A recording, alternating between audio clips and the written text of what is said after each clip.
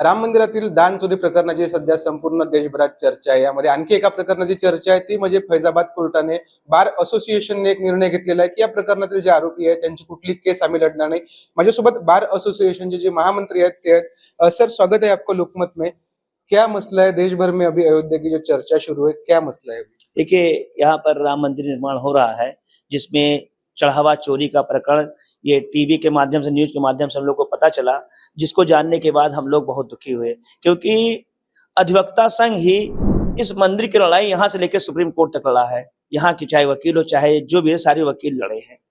तो यहाँ पे एक वकील थे उमेश पांडे जी, उन्होंने जो है एक रिट दाखिल किया जिस पर ये राम जन्मभूमि का ताला खुला। ताला खुलने के बाद भी अधिवक्ताओं को जो है दर्शन नहीं कराया जा रहा, अधिवक्ता कोई आम आदमी भी नहीं कराया। तो यहाँ पर वकीलों ने 15 दिन धरना प्रदर्शन किया, तब कम से कम 1000 वकीलों को दर्शन कराया गया। उसके बाद से अनवरत दर्शन चालू हुआ। यहाँ के अधिवक्ता कार सेवा में बढ़ चढ़ के भाग लिए। यहाँ पर चंदा भी हम लोगों ने दिया।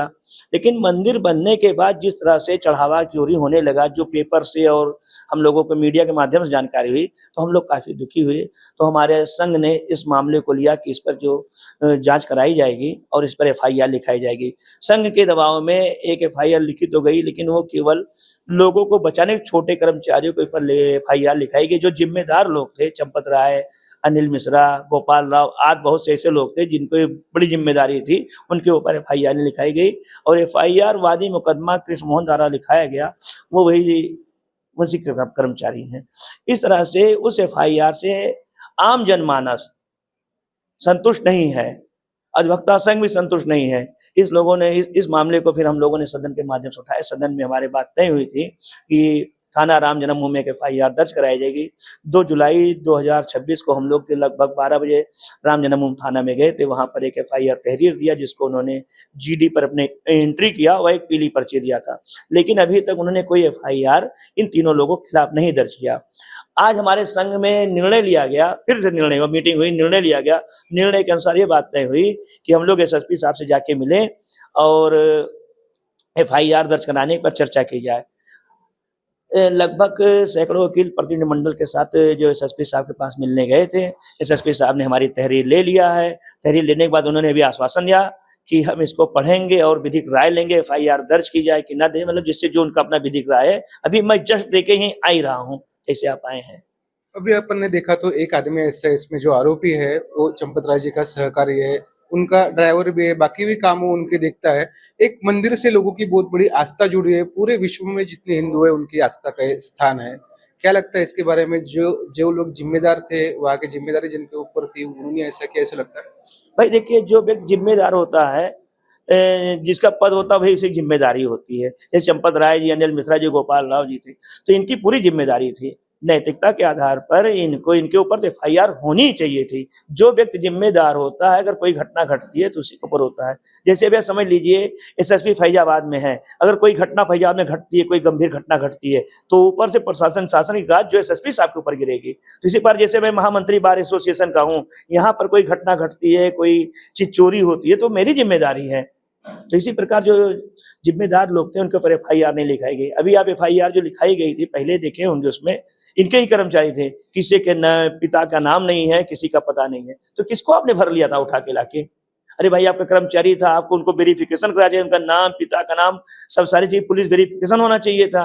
आप एफआईआर अज्ञात में लिखा दे रहे हो। लोकुश मिश्रा पुत्र अज्ञात, भला अज्ञात, टिन्नू अज्ञात, ना कोई नाम है ना पता किसी एफआईआर में। इससे एफआईआर थोड़ी होती है।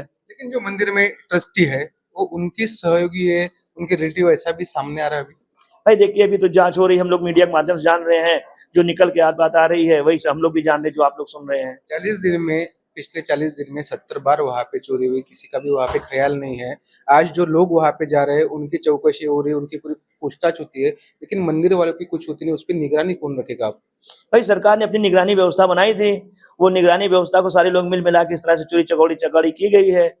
तो इसी सब के तो सब 70 बार 40 दिन में चोरी हो रही है और वहां पुलिस व्यवस्था लगी है, सारे कर्मचारी लगे हैं, प्राइवेट कर्मचारी चेकिंग के लिए लगे हैं, बैंक वाले लगे हैं, सबकी मिली भगत से चोरी हो रही है। नहीं, इतना इतना बड़ा मामला हो जा रहा, कोई पता ना चले। और कई करोड़ रुपया चले गए, 1-2 करोड़ नहीं गए हैं। अगर इसकी सही से जांच, सीबीआई से जांच होगी तो बहुत मामला बहुत बड़ा निकलेगा और इसमें बहुत बड़े बड़े लोग आएंगे। मैंने अगर सोशल मीडिया पे देखा तो कई लोग बोल रहे कि हमने ईंटें दी थी, सोने की दी थी, चांदी की दी थी, तो वो भी मसला कुछ सामने आया है अभी आपके कुछ? जी, ये सोशल मीडिया के माध्यम से हम लोग को भी पता चला, किसी ने बताया हमने रामायण दिया था, किसी ने कहा सोने की ईंट दिया, किसी ने कहा थी मैंने बहुत से ऐसे हीरे जवाहरात दिए थे। कुछ चीज़ तो चंपत राय के त्यागपत्र स्वीकार करने के बाद कुछ चीज़ें तो मिली, लेकिन अभी पूरी चीज़ें नहीं मिली। ये तो हीरे जवाहरात, सोने चांदी कितने रुपये थे उसका कोई हिसाब किताब नहीं है, कितना गायब है कुछ नहीं है। कहीं पर कोई एफआईआर पहले लिखी जाती है, उसके बाद जो है माल बरामद होता है। यहाँ चंपत राव जी एफआईआर से पहले ही जाके लवकुश मिश्रा के यहाँ से जाके पैसा उठा के ले चले आए। कहाँ से ले आए? इसके मतलब आपने पैसा वहां रखवाया था, तब आप लेके चले आए हैं। ऐसे कोई नहीं ला। एफआईआर होती है, पुलिस इन्वेस्टिगेशन करती है, पुलिस बरामद करती है। हमें ये या हम जाके बरामद कर लेंगे, कैसे कर लेंगे? कोई एफआईआर ही नहीं थी। इस तरह से सारी मिली भगत है। अभी अगर देखा जाए तो ये जो न्यासा है, ऐसे भी कुछ सामने है मामले कि न्यासा ट्रस्ट जो है ये भी अनधिकृत है, इसको इसकी कुछ नोंदनी वगैरह नहीं है, ऐसा भी सामने आ रहा है। क्या बात समझ नहीं पाए? नोंदनी नहीं है इसकी ट्रस्ट की, ऐसा सामने आ रहा है, जो रजिस्टर्ड नियम, नहीं है। अब देखिए इसको भाई हम लोग को ज्यादा जानकारी नहीं है। ट्रस्ट है, ट्रस्ट कैसे बनाए, इनके इनके ही अपने आंतरिक विषय है। लेकिन चढ़ावा चोरी हर हिंदू का मामला है। आज सर एक आखिरी बात, वहाँ पे लोगों का ऐसा कहना है, एक ट्रस्ट का ऐसा कहना है कि उन्होंने जो कमेटी थी, कमेटी ने एक निर्णय लिया है कि वहाँ पे सीईओ को नियुक्त किया जाएगा। क्या लगता है सीईओ आने के बाद ये थोड़ा सा अच्छा चलेगा कि ऐसे ही रहेगा? देखिए हम लोग तो जब ट्रस्ट बना तब भी हम लोग सोचते भगवान से मनाए सब अच्छा अच्छा चले, और अच्छा कुछ नहीं हुआ। सारे लोग जो माला माल हुए, चढ़ावा चोरी का सब पैसा हजम कर लिए। अब सीईओ आते देखा जाएगा क्या होता है, नहीं होगा, फिर आगे इसे आंदोलन होगा देश में। लेकिन इस तरह से जिस तरह चढ़ावा चोरी किया गया, हम लोग का विश्वास उठ गया है। हम का पूरे अयोध्या वासी का विश्वास उठा, और पूरे हिंदुस्तानियों का पूरा विश्वास उठा, जो हिंदू है सबका विश्वास उठ गया। हमें लगता है अगर आप महाराष्ट्र है तो आपके महाराष्ट्र में भी ये बात बहुत तकलीफदायक आप लोगों को लगी होगी, जिस तरह चढ़ावा चोरी हुआ है। तो हम लोग इससे दुखी हैं। इसके लिए लड़ाई हम लोग, हमारा अधिवक्ता संघ रोड पर भी लड़ेगा, न्यायालय में भी लड़े, जहां तक हो पाएगा हम लोग इसकी लड़ाई लड़ेंगे।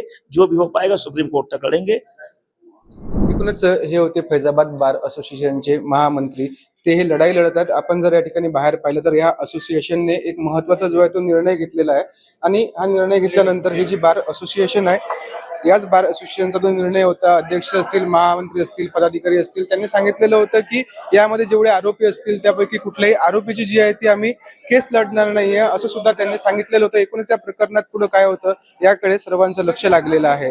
कॅमेरा पर्सन संकेत ठाकूरसह मी अवकाश बोरसे, लोकमत.com, अयोध्या.